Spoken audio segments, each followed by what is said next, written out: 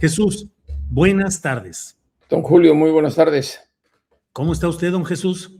Pues aquí haciendo lo que usted cuando era pobre. Muy bien, Jesús. Jesús, ¿qué onda con todo lo que está pasando? Apenas estábamos tratando de analizar lo relacionado con lo publicado en CBS News y en otro medio acerca de revisiones del Departamento de Estado a los consulados mexicanos y eventual cierre de algunos, decían una de estas notas, cuando ya están las declaraciones de Donald Trump de que en México gobiernan los cárteles, nadie más, que es una reiteración, es una reformulación, pero más dura, creo yo, y de que pronto habrá acción terrestre contra cárteles. ¿Cómo vas viendo todo esto, Jesús? Que también es parte de la retórica de Donald Trump. No es la primera vez que lo dice, no es la primera vez que amaga con ese tipo de acciones bélicas en territorio mexicano para, según él, acabar con los cárteles del narcotráfico. Que recordarás, hace unos meses él mismo dijo que los informes de inteligencia que recibía lo ponían en claro en dónde se escondían los jefes de los cárteles. Incluso dijo, presumió que conocía el color de las puertas de las guaridas de los capos de los cárteles del narcotráfico. Yo creo que aun cuando no se pueden tomar a la ligera estas palabras de Trump, tomando en cuenta lo que ya hizo en Venezuela con Nicolás Maduro, que cuando lo decía, pues nadie creía que iba a ser lo que hizo. Me parece que en este caso debemos ser un poco más prudentes y no caer pues en especulaciones, Julio, porque aquí hay muchas vertientes y una de ellas es que Donald Trump siempre habla con esa arrogancia de que él quiere resolver los problemas del trasiego de drogas en México, pero sin mirar hacia adentro, sin la problemática que tienen de demanda y consumo de drogas, que ese es el motor principal del narcotráfico mexicano, el de Colombia y el de otros países, como ha quedado demostrado en las últimas décadas en la guerra contra el trasiego de drogas que perdió la DEA.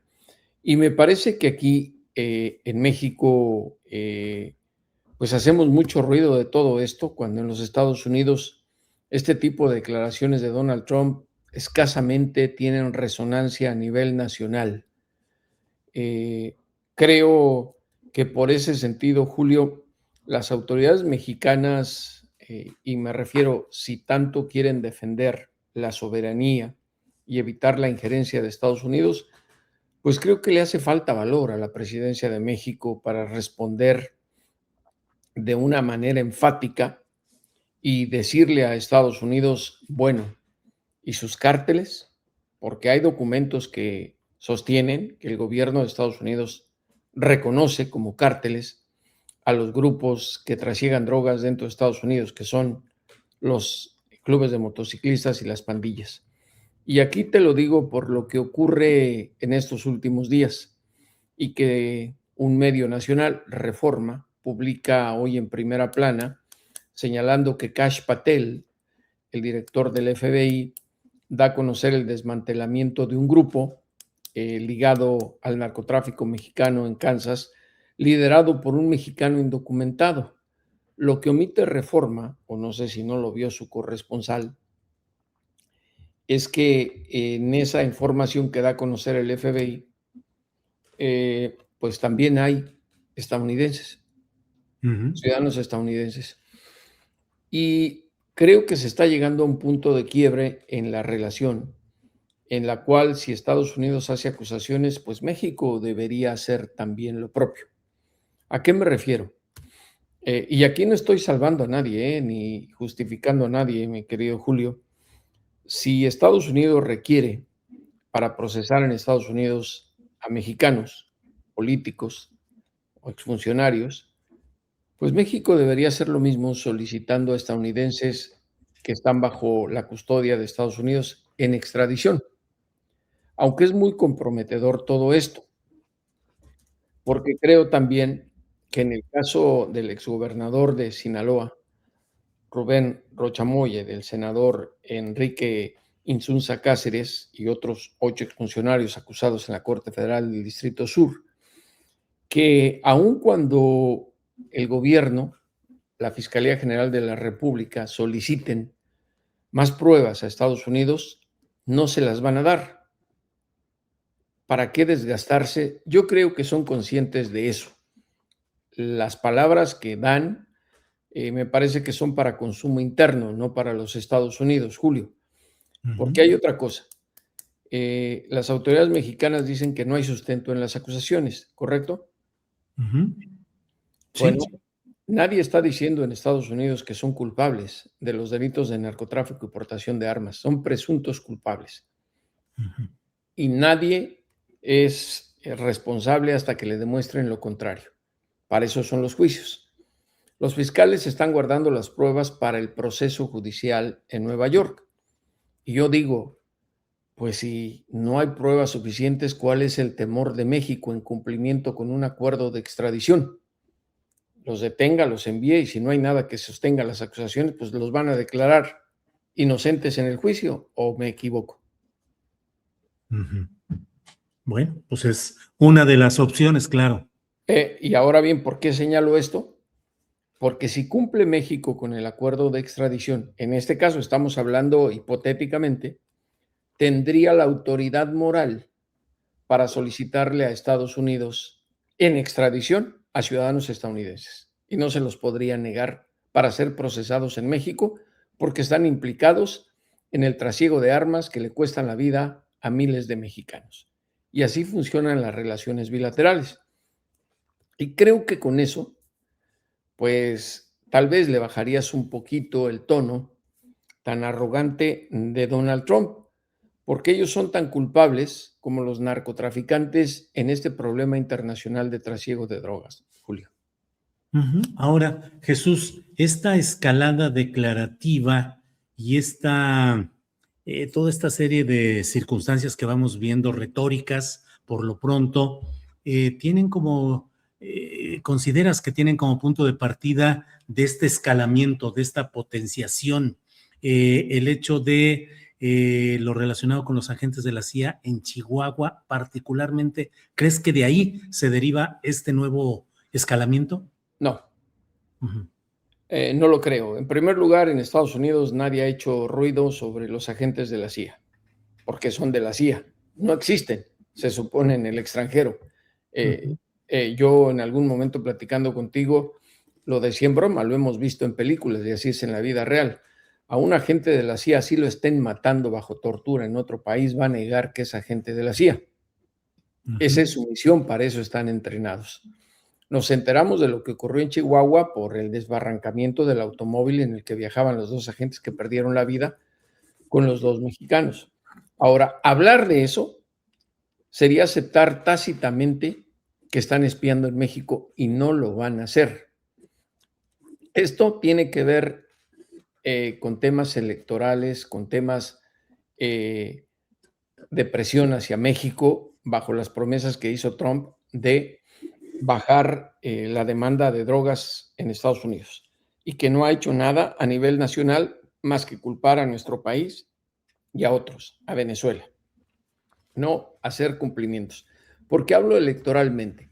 A ver, tú meterías las manos al fuego, Julio, y dirías que esos agentes de la CIA que murieron y otros que no sabemos estaban en realidad participando en el desmantelamiento de narcolaboratorios.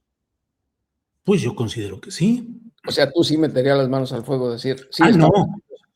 De que sí estaban, sí creo que sí estaban participando. Dije, actuando para desmantelar narcolaboratorios. Pues digo, dando la información y verificando que se realizaban esos operativos, supongo. La CIA es secreta, nunca van a dar a conocer sus verdaderas intenciones. La CIA siempre opera con otros objetivos. Se les considera traición a la patria si denuncian en otro país lo que hacen. ¿Me explico? Sí. Serían acusados de traición en Estados Unidos si le cuentan a Maru Campos estamos haciendo esto. Seguramente le mintieron. Están haciendo otra cosa. La agenda política de la CIA es eso, política. Llevan a cabo operaciones encubiertas, si no, no serían agentes secretos, mi querido Julio. Llevarían como la DEA o como cualquier otra agencia federal una chaqueta con el nombre de DEA o ICE Nunca vas a ver a un agente disfrazado de la CIA que te esté contando la verdad. Hay películas, series, libros escritos. Nuestro hombre en México, bueno, nos dio a conocer que el ex jefe de la CIA tenía como operador al expresidente Luis Echeverría Álvarez. Ujú. Entonces, creer que estaban haciendo eso es hacerse tontos, sinceramente. Yo Aunque ese operativo y los términos como se estaban realizando pudiesen implicar tareas políticas de desestabilización del gobierno mexicano. sin duda, pero no de narcolaboratorios, eso que se lo crea Maru Campus. Sí, sí, sí, o sea, claro, y hay acciones y accidentes, entre comillas, y asesinatos y mil cosas que tienen una marca de origen y que buscan desestabilizar A ver, países. De eso si no está hubiera lleno. ocurrido ese accidente y nos No hubiéramos hubiéramos enterado de la sabido. presencia de la CIA en Chihuahua, Así ¿cuántos es. agentes de la CIA hay en México? Ni el gobierno mexicano lo sabe, Ujú. porque son encubiertos. Le pueden decir, ella es una secretaria en la embajada y a final de cuentas puede ser agente de la CIA. Bueno, el embajador fue ex agente de la CIA y se Sí. especula de que puede estar operando. Eso es muy complicado, Julio. Aquí es otro tema. Por ejemplo, brinco a lo que me hablabas al inicio, la revisión del cómo funcionan los 53 consulados de México en Estados Unidos. Esto nada tiene que ver con el tema del narcotráfico. Esto nada tiene que ver con el asunto de la CIA. ¿Sabes con qué tiene que ver? Con Mm. las elecciones de medio periodo del martes 3 de noviembre. Donald Trump ha acusado, así lo acusó incluso en las elecciones que perdió presidenciales con Joe Biden, que hubo irregularidades que permitieron que votaran inmigrantes indocumentados. Y él está generando ruido para argumentar cualquier cosa que se le ocurra de declarar irregularidad o fraude en los comicios de medio periodo del 3 de noviembre, consciente de que su partido, el republicano, está en riesgo de perder la mayoría en el Capitolio por la crisis económica y lo que a esta le agrega el efecto negativo de la guerra con Irán. Esto tiene un trasfondo electoral, nada que ver con el tema del narcotráfico ni la CIA. Ujú. Y creo que hay que separar las cosas muy bien. Trump es demasiado marrullero en términos electorales, lo vemos, sigue sin aceptar la derrota ante Joe Biden. Hay distritos ahorita en donde los republicanos que se van a reelegir o quieren ganar la curul se encuentran por debajo de la popularidad que tienen los demócratas. Y no es la primera vez que esto se prepara.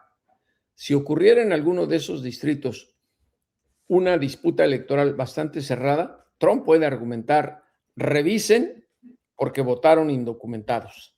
Los Ujú. indocumentados no votan en Estados Unidos. Ahora, la mayoría de los mexicanos en Estados Unidos no son ciudadanos estadounidenses ni por naturalización. Ujú. Esos datos los tiene la Secretaría de Relaciones Exteriores. Por eso llama mucho la atención este argumento de revisar. Claro, se está basando en el libro de Peter Schweizer, en el que acusa justamente a una especie de acción política electoral de los consulados a favor de los demócratas.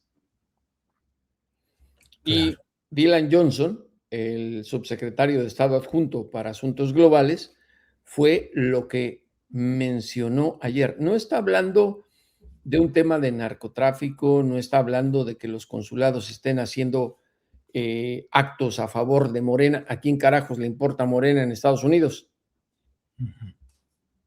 como partido? Claro, claro, Entonces, yo creo que hay que separar muy bien las cosas. Esto tiene un trasfondo electoral, lo de los consulados, ¿eh? Lo de claro. los consulados tiene un trasfondo electoral para los comicios del martes 3 de noviembre. Acuérdate Jesús, de lo como, que estoy sí, diciendo. perdón. Sí, sí, sí, claro, en noviembre las elecciones intermedias. Jesús, pues como siempre, muchas gracias por estar aquí, gracias por ayudarnos a ir precisando detalles de este mapa electoral político de toda índole que estamos viendo respecto a Estados Y, Unidos, y Jesús. de lo del narco, para cerrar, no hay que tomarse las palabras tan a la ligera de Trump, así sea retórica. Ya demostró que es impredecible, que es irracional y que es capaz de hacer cualquier cosa. Lo hizo con Maduro. Nadie creía lo que se llevó a cabo en Caracas. Él mencionaba muchas veces y nadie le creyó y lo hizo. En este caso, pues vamos a ver qué ocurre, porque tenemos a más de 10,000 elementos del Comando Sur al norte del río Bravo, del Comando Norte, perdón, al norte del río Bravo, y eso no hay que olvidarlo, y que designó al fentanilo como arma de destrucción masiva, con lo cual los elementos del Pentágono tienen la prerrogativa de disparar y actuar contra alguien que sospechen que lleva fentanilo, porque es un arma de destrucción masiva. Jesús, ya iremos platicando acerca de cómo evoluciona este tema. Por lo pronto, como siempre, muchas gracias, tecleador. Abrazo, don Julio. Que estés muy bien. Hasta pronto, Jesús. Hasta pronto. Gracias.